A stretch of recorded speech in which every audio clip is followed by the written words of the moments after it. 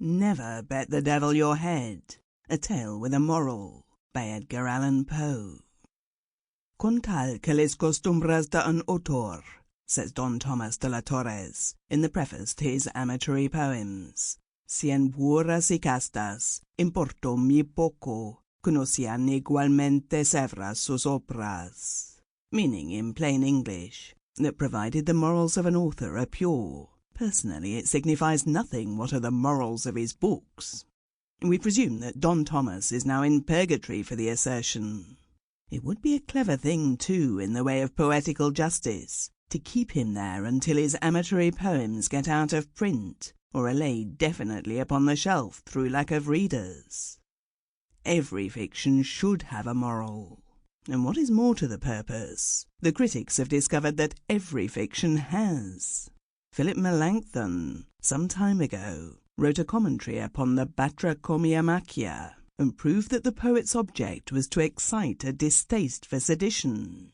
Pierre Lassen, going a step farther, shows that the intention was to recommend to young men temperance in eating and drinking.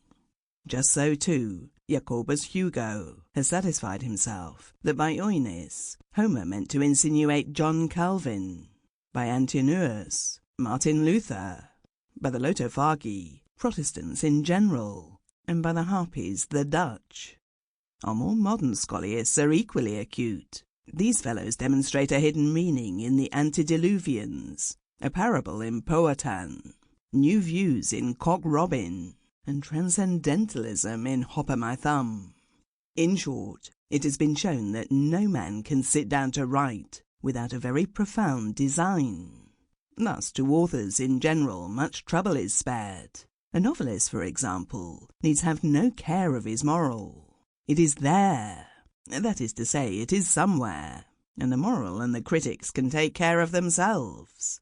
When the proper time arrives, all that the gentleman intended, and all that he did not intend, will be brought to light in the Dial or the Down Easter, together with all that he ought to have intended, and the rest that he clearly meant to intend, so that it will all come very straight in the end.